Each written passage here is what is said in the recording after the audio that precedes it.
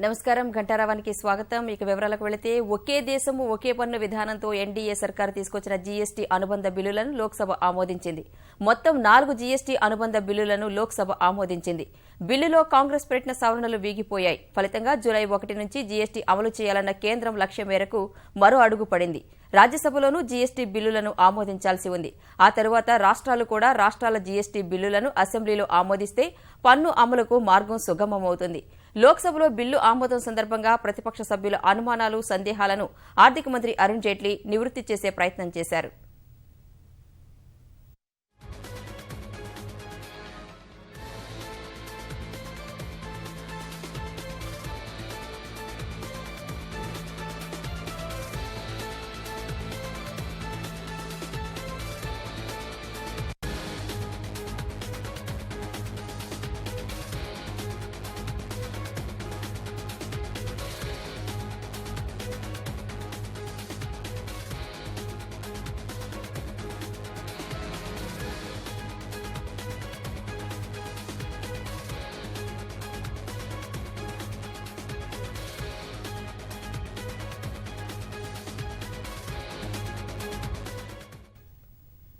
ఒకే దేశం ఒకే పన్ను విధానంతో ఎన్డీఏ సర్కార్ తీసుకొచ్చిన జీఎస్టీ అనుబంధ బిల్లులను లోక్సభ ఆమోదించింది.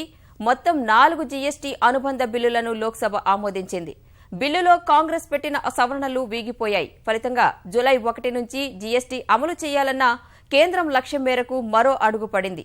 రాజ్యసభలోనూ జీఎస్టీ బిల్లులను ఆమోదించాల్సి ఉంది. ఆ తరువాత రాష్ట్రాలు కూడా రాష్ట్రాల జీఎస్టీ బిల్లులను అసెంబ్లీలో ఆమోదిస్తే పన్ను అమలుకు మార్గం సుగమమవుతుంది. లోక్సభలో బిల్లు ఆమోదం సందర్భంగా ప్రతిపక్ష సభ్యుల అనుమానాలు, సందేహాలను ఆర్థిక మంత్రి అరుణ్ జైట్లీ నివృత్తి చేసే ప్రయత్నం చేశారు.